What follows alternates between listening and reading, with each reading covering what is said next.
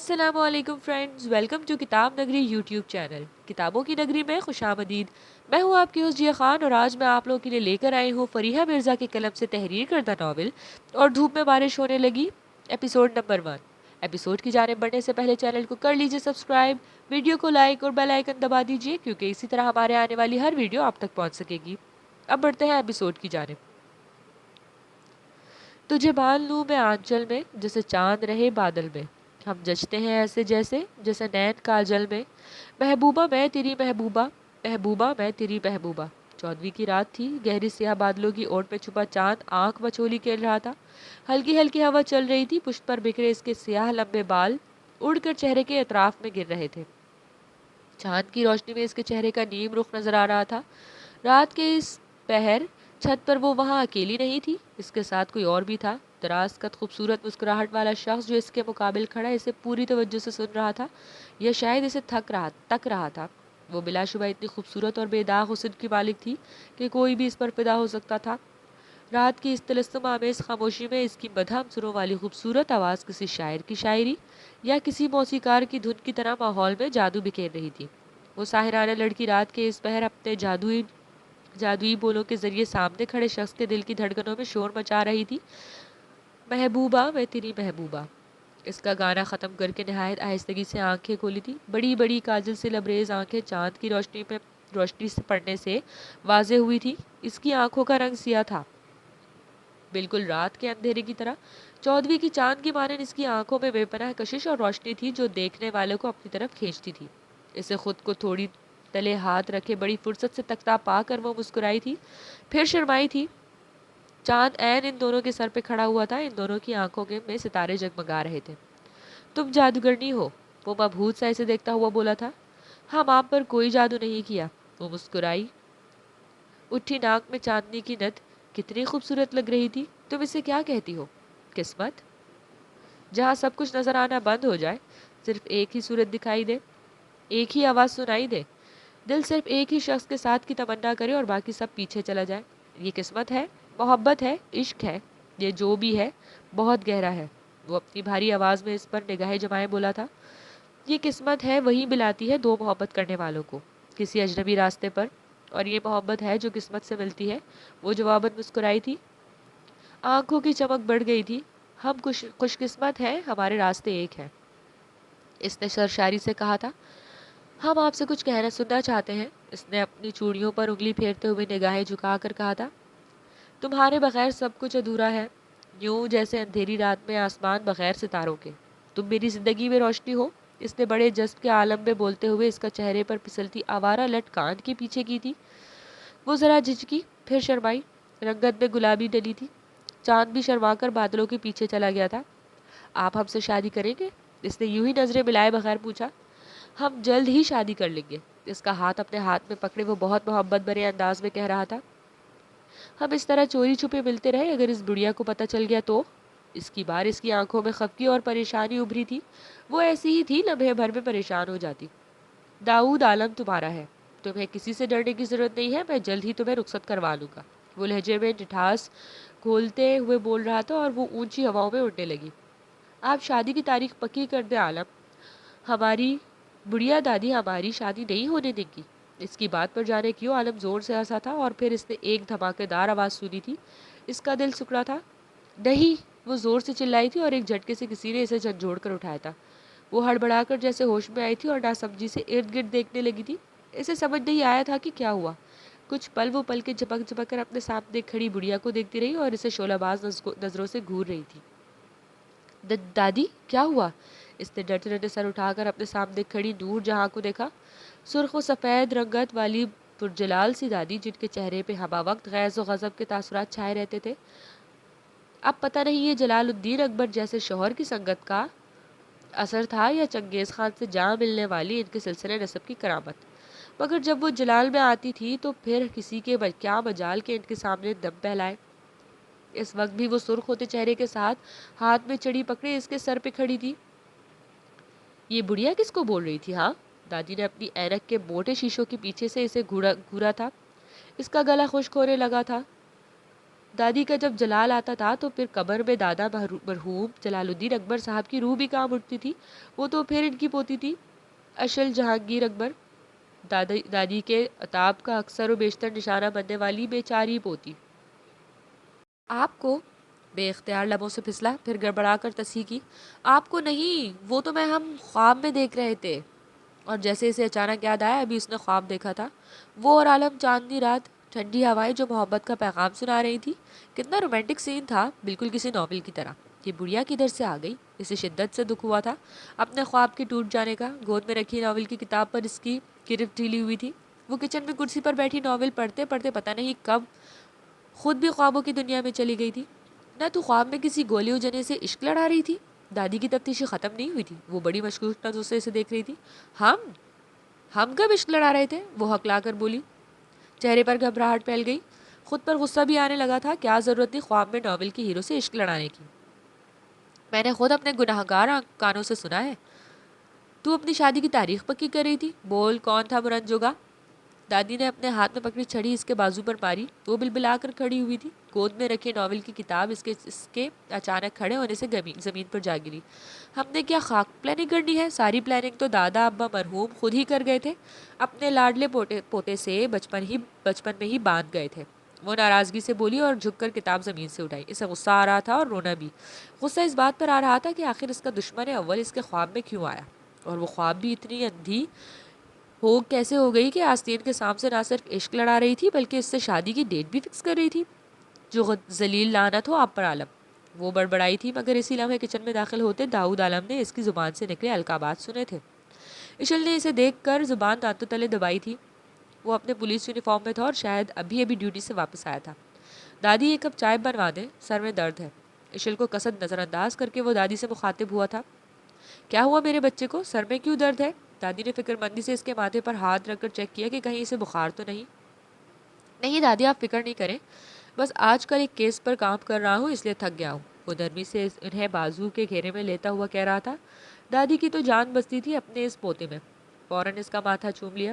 اشل چل میرے پوتے کے لیے چائے بنا کر لا، اور بھی یہ جلنے کی بو کدھر سے آ رہی ہے؟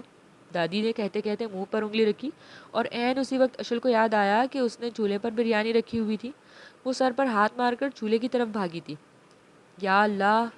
صدمے سے اس کی آواز اونچی ہو گئی تھی۔ ساری بریانی کا ستیہ ناس ہو گیا تھا۔ گوشت اور چاول گھل مل گئے تھے اور آدھے چاول پتیلے سے چپک گئے تھے۔ اب جو کچھ تھا وہ بریانی ہرگز نہیں تھی۔ اسے رونا آنے لگا تھا، پتہ تھا اب دادی تو اس دشمن کے سامنے ذلیل کریں گی ہی، لیکن مما بھی اسے نہیں بخشیں گی۔ ابھی تو مما اور بڑی ممی، عالم کی ماں، فارحہ آپی کے ساتھ شاپنگ کرنے گئی تھی، ورنہ اس کی اچھی خاصی عزت افزائی ہونی تھی۔ نہ تجھے کوئی عقل ہے کہ نہیں؟ ساری بریانی برباد کر کے رکھ دی۔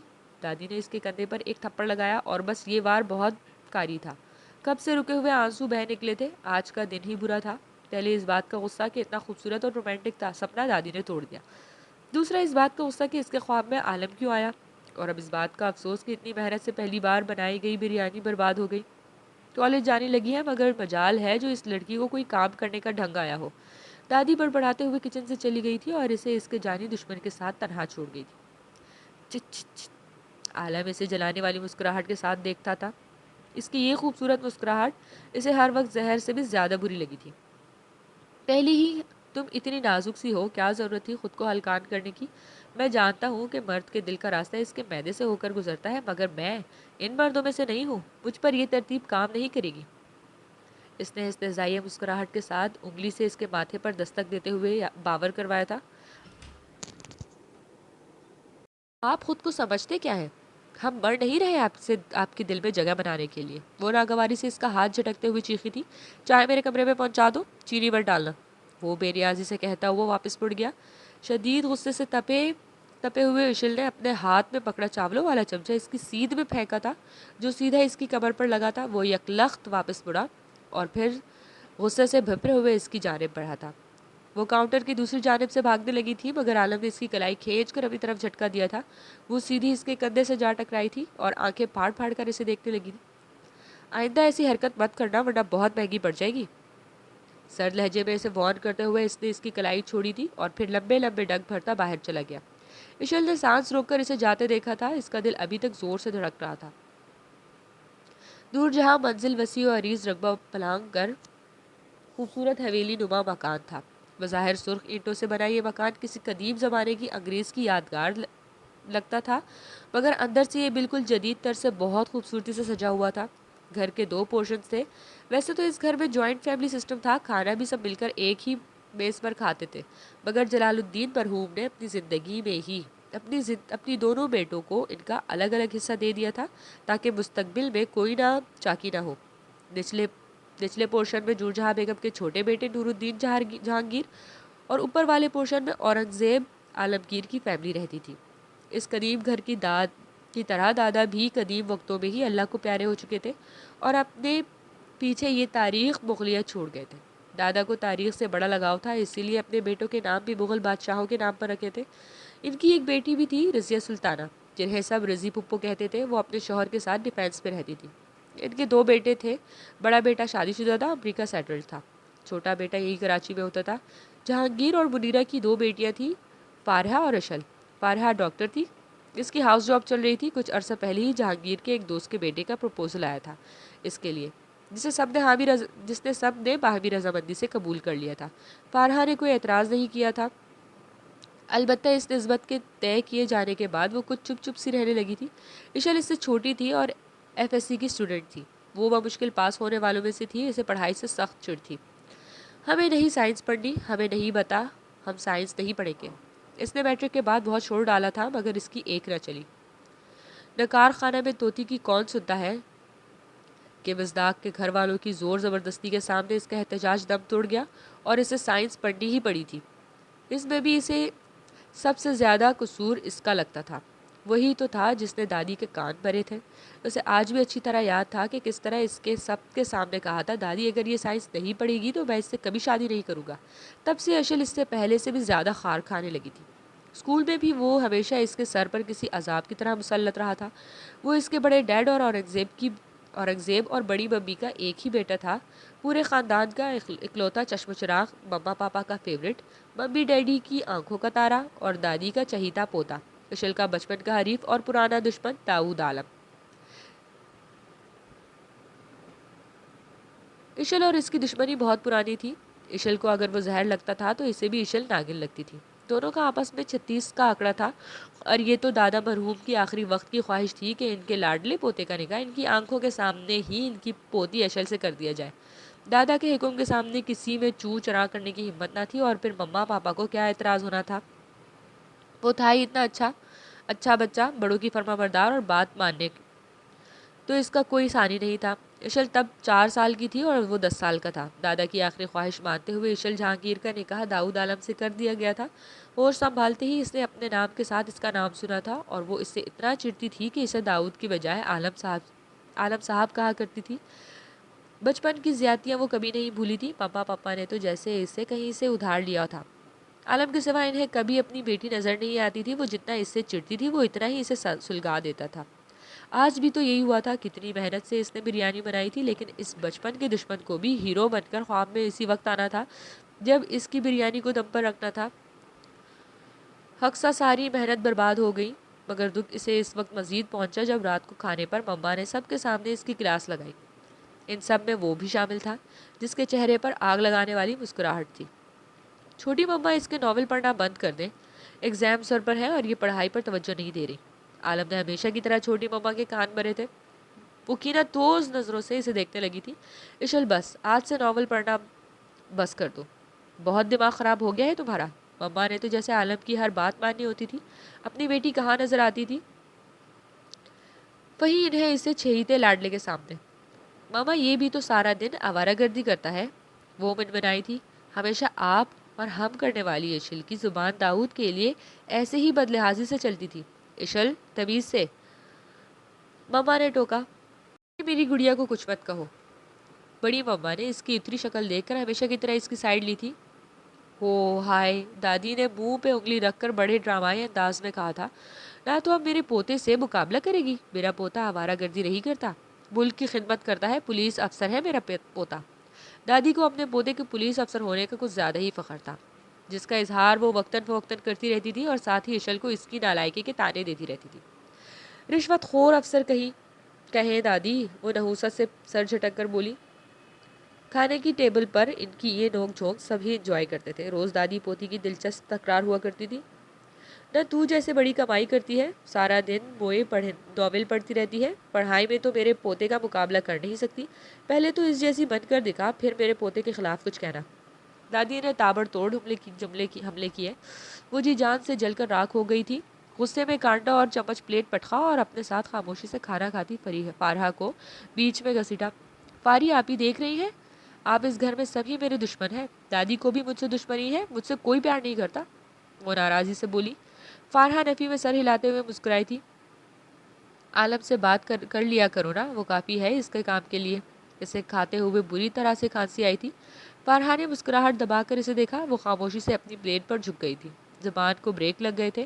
باقی سب مسکراتی نظریں خود پر جمی محسوس کر کے اس کا سر مزید جھک گیا تھا پلیٹ پر۔ اس نے چور نظروں سے عالم کو دیکھا، وہ اسی طرح کھانا کھانے میں مگن تھا۔ فارحہ وارڈ کا چکر لگا کر آفس میں آئی تھی، آج بہت مصروف دن تھا۔ 3 ایمرجنسیز کیسز آئے تھے، سارا دن یوں ہی بھاگ دوڑ میں گزر گیا تھا۔ اس کا سر بری طرح درد کر رہا تھا، گردن کو دائیں بائیں گھماتے ہوئے اس نے خود کو ریلیکس کرنے کی کوشش کی تھی اور پھر تھک کر آنکھیں موند لی۔ اس کے چہرے پر تھکاوٹ کے آثار واضح تھے۔ فون کی بجتی رنگ ٹون پر اس نے چونک کر آنکھیں کھولی تھی، ہاتھ بڑھا کر فون اٹھایا۔ موسی کالنگ لکھا ہوا تھا۔ اس کے چہرے پر خوشگوار مسکراہٹ بکھر گئی۔ فون یس کر کے اس نے کان سے لگایا اور گردن بپھے گرا لی۔ ہیلو موسی، کیسے؟ کھانا کھایا آپ نے؟ وہ بات کاٹ کر بولا تھا۔ انداز میں دوست بھری فکر مندی شامل تھی۔ نہیں، وہ نفی میں سر ہلا کر تھکان سے مسکرائی تھی۔ آپ خود ڈاکٹر ہیں، آپ کو اپنی صحت کا خیال رکھنا چاہیے، اگر بیمار پڑ گئی تو یہ اچھی بات نہیں ہے فاری، وہ باقاعدہ لیکچر دیتے ہوئے آخر میں کچھ خفا سا ہو گیا تھا۔ وہ ہلکا سا ہنس دی۔ اس کے ہنسنے پر وہ کچھ پل کے لیے ٹھہر سا گیا۔ وہ بہت کم ہنستی تھی۔ موسیٰ نے اسے زیادہ تر مسکراتے ہوئے دیکھا تھا، سادگی بھری مسکراہٹ، دھیما سا انداز، وہ اس کی سادگی پر اکثر حیران رہ جاتا تھا۔ اس نے کبھی اسے فضول باتیں کرتے یا بلا وجہ ہنستے ہوئے نہیں دیکھا تھا۔ تو ہمیشہ مجھے لیکچرز دیتے ہو؟ اور میں واحد ہوں جو ڈاکٹر فارحہ کو لیکچر دینے کی جرات کر سکتا ہوں، وہ جواباً بڑی مسنجیدگی سے بولا۔ ہاں، اور میں تمہاری بات مان بھی لیتی ہوں، اس نے اعتراف کیا۔ اور آپ واحد ہیں جو میری بات مان لیتی ہے، وہ جواباً برجستگی سے بولا۔ فارحہ پھر آہستگی سے ہنس پڑی۔ ایک بات کہوں؟ ہاں، آپ ہمیشہ ہنستی رہا کریں، آپ ہنستی ابھی لگتی ہیں۔ میں نے کبھی آپ کو کھل کر ہنستے نہیں دیکھا۔ وہ اس کی تعریف کر رہا تھا یا شاید اسے بتا رہا تھا۔ وہ لمحہ بھر کو چپ ہوئی تھی، پھر بات بدل دی۔ میں گھر جا رہی ہوں ڈنر کرنے، تم بھی چکر لگانا اور پھپھو کو سلام کہنا۔ اس نے بات سے بیٹھی تھی اور گھڑی پر وقت دیکھتی کھڑی ہو گئی۔ ٹھیک ہے، میں چکر لگاؤں گا، دھیان سے ڈرائیو کیجیے گا اور کھانے کے بعد سر درد کی ٹیبلٹ لینا مت بھولیے گا۔ مجھے پتا ہے آپ کے سر میں درد ہو رہا ہوگا۔ وہ موسیٰ تھا، فارحہ کو نصیحتیں کرنا کبھی نہیں بھولتا تھا۔ اوف موسیٰ، وہ کچھ جھنجھلا گئی، مگر اسے پتا تھا یہ موسیٰ کی پرانی عادت ہے۔ وہ اس کے بارے میں ہمیشہ سے بڑا کانشیس تھا۔ بچپن میں فارحہ سے وہ خاص طور پر اٹیچ تھا۔ پپو کا تو اکثر اسے فارحہ کے ارد گرد گھومتا دیکھ کر ہنستی تھی۔ میں تم سے بڑی ہوں، مجھے آپ ہی بولا کرو۔ ایک بار اس نے بچپن میں موسیٰ کو بٹھا کر سمجھانے کی کوشش کی۔ نہیں، موسیٰ نے فٹ سے نفی میں سر ہلایا۔ آپ میری فرینڈ ہیں، میں آپ کو فاری کہوں گا۔ آپ میری فیری ہیں، وہ فٹ سے بولا تھا، اور پھر فارحہ نے کبھی اسے روکنے کی کوشش نہیں کی تھی۔ بچپن گزر گیا تھا۔ عالم اور موسیٰ نے پولیس فورس جوائن کر لی تھی، مگر موسیٰ کی پوسٹنگ کراچی میں ہی تھی۔ وہ اکثر ویکینڈ پر ان کے گھر پایا جاتا تھا یا پھر فارحہ کے ہاسپٹل۔ اتنی مصروف زندگی میں بھی موسیٰ کو اس سے بات کرنے کے لیے مکمل وقت مل جاتا تھا۔ وہ اکثر شیشے سے اسے کالز کر کے اسے رنگ کیا کرتا تھا۔ وہ کبھی زچ ہو جاتی اور کبھی ہنس پڑتی۔ موسیٰ بھی نہ، وہ نفی میں سر ہلا کر مسکرائی تھی، پھر سر جھٹک کر باہر کی طرف بڑھ گئی۔ اس کی بیسٹ فرینڈ کشف کے بھائی کی شادی تھی۔ کشف نے خاص طور پر اسے انوائٹ کیا تھا۔ Mr and Mrs Daud Alam. Card پر لکھا نام پڑھ کر اس کا خون کھول اٹھا تھا۔ جتنی گالیاں وہ دے سکتی تھی اتنی ہی اس نے کشف کو دی تھی۔ کشف کا بھی کوئی قصور نہیں تھا، بلکہ قصور تو اس کا بھی نہیں تھا۔ اگر کوئی قصوروار تھا تو داؤد عالم تھا۔ اگلے جمعے مہندی تھی، اس نے فارحہ کے ساتھ جا کر ڈھیر ساری شاپنگ کی تھی۔ پاپا نے جانے کی اجازت دی تھی۔ سوری یار، میں ہاسپٹل میں ہوں، ایمرجنسی ہو گئی ہے، میں ابھی گھر نہیں آ سکتی، تم پاپا یا عالم کے ساتھ چلی جاؤ۔ فارحہ کا میسج پڑھ کر اس نے بے دلی سے فون سائڈ پر رکھا اور تیار ہونے کے لیے کھڑی ہو گئی۔ مہندی کے فنکشن کے مناسبت سے اس نے پیروں کو چھوتی اورنج فراک پہنی ہوئی تھی، جس کے گلے اور دامن میں پر سنہری کام ہوا تھا۔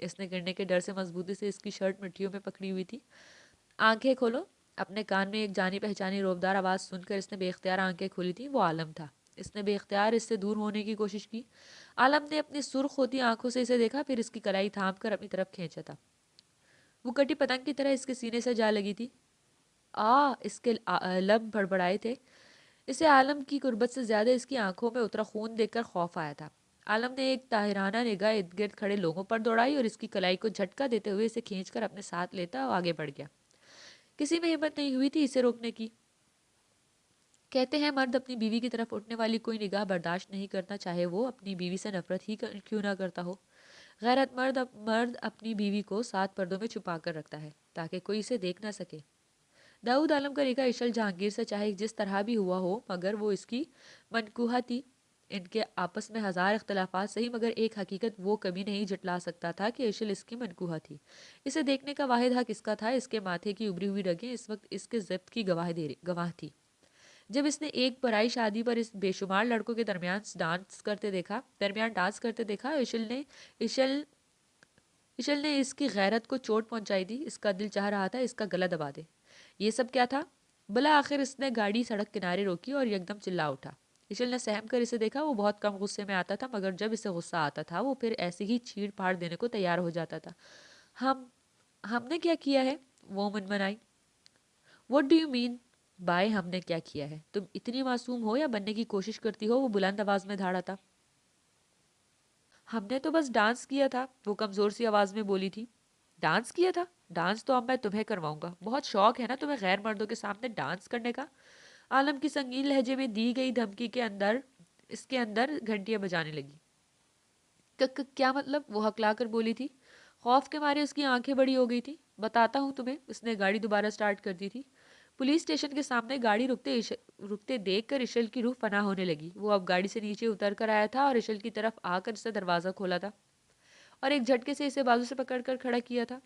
وہ تڑپ کر اس سے اپنا بازو چھڑوانے لگی تھی, مگر اس کی فولادی گرفت کے سامنے یہ کوشش بیکار ثابت ہوئی.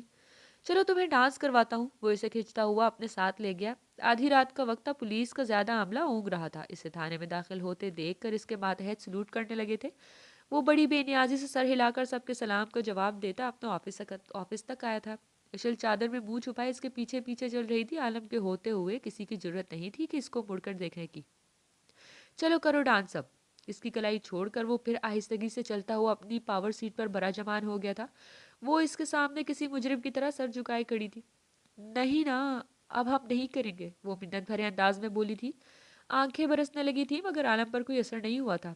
اشل مجھے ایک بات بتاؤ. اس کے انداز بے حد سرد اور برفیلا تھا. ادھر تانے میں تم اتنے مردوں کے سامنے ڈانس کرو گی؟ یہ سوال اسے زمین میں گاڑنے کے لیے کافی تھا. نہیں. شرمندگی کے باعث اس کا سر جھک گیا تھا, آنکھیں بھیگ رہی تھی اور آواز بھر آ گئی تھی. تو پھر وہاں کیوں کیا؟ وہ بھی تو غیر مرد تھے. وہ بلند آواز میں دھاڑا تھا. چہرے پر بے تحاشا سرد مہری اور غصہ چھایا ہوا تھا. سوری, وہ ندامت سے بولی. مجھے تمہارا سوری نہیں چاہیے, وہ رکھائی سے بولا اور انٹرکام کا ریسیور کان سے لگایا. ایک لیڈی کانسٹیبل چند منٹوں میں اس کے سامنے حاضر ہوئی تھی. انہیں لے جائیں اور اچھی طرح خاطر مدارت کریں. خیال رہے یہ ہماری وی آئی پی گیسٹ ہیں, ان کی خاطر تواضع میں کوئی کمی نہ ہو. اس نے لیڈی کانسٹیبل کو اشل کو لے جانے کا اشارہ کیا تھا. عالم نہیں, پلیز نہیں. وہ رو پڑی تھی اور باقاعدہ منتوں پر اتر آئی تھی. ہم آئندہ ایسا نہیں کریں گے. اچھی طرح ڈانس کروا لیں ان کو. عالم نے جیسے اس کی بات سنی ہی نہیں, وہ سنگ دل بن گیا تھا. ہم آپ کو چھوڑیں گے نہیں, وہ آنسوؤں کے درمیان چیخی تھی. چل زیادہ شور نہ مچا, لیڈی کانسٹیبل کرخت لہجے میں بولی تھی اور اسے کھینچتے ہوئے اپنے ساتھ لے گئی تھی. جی تو ویورز, کیسی لگی آپ کو آج کی ایپیسوڈ؟ کامنٹ سیکشن میں ہمیں ضرور بتائیے گا. تب تک اپنا اور اپنے پیاروں کا خیال رکھیے. اللہ حافظ.